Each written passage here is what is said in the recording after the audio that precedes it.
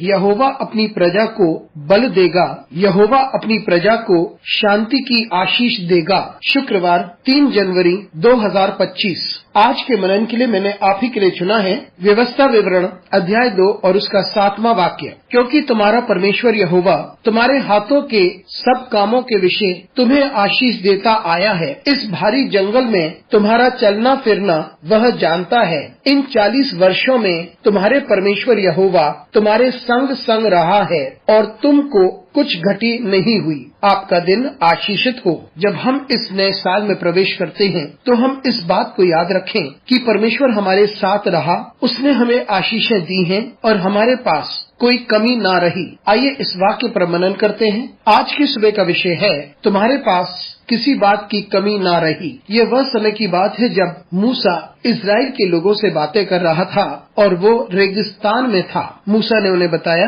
किस प्रकार से वे परमेश्वर को याद रखेंगे जब वे वाचा की जमीन पर पहुंच जाते हैं। मूसा ने उन्हें ये भी याद दिलाया कि किस प्रकार से जब परमेश्वर उन पर नाराज था क्योंकि उन्होंने परमेश्वर की सामर्थ पर भरोसा नहीं किया था और उन्होंने दुश्मन की शक्तियों पर अधिक विश्वास किया क्योंकि उन्हें लगा कि यह अधिक शक्तिशाली हैं और परमेश्वर ने उन्हें 40 साल तक रेगिस्तान में चलने दिया। परमेश्वर उनके साथ बना रहा उन 40 सालों तक और जो भी उनकी आवश्यकताएं थी परमेश्वर ने उन्हें दे दिया था। और मूसा उन्हें याद दिलाता है कि परमेश्वर ने तुम्हें किसी बात से वंचित नहीं रखा। जबकि आप रेगिस्तान में चल रहे थे फिर भी परमेश्वर ने आपके लिए सब कुछ का प्रयोजन किया। जो परमेश्वर आपके साथ था है वो आपके लिए एक आशीष बना रहा। मित्रों, जब हम नए वर्ष में प्रवेश कर चुके हैं उन सभी सालों को याद रखें जिनमें से हम होकर गुजर चुके हैं। ये एक ऐसी यात्रा रही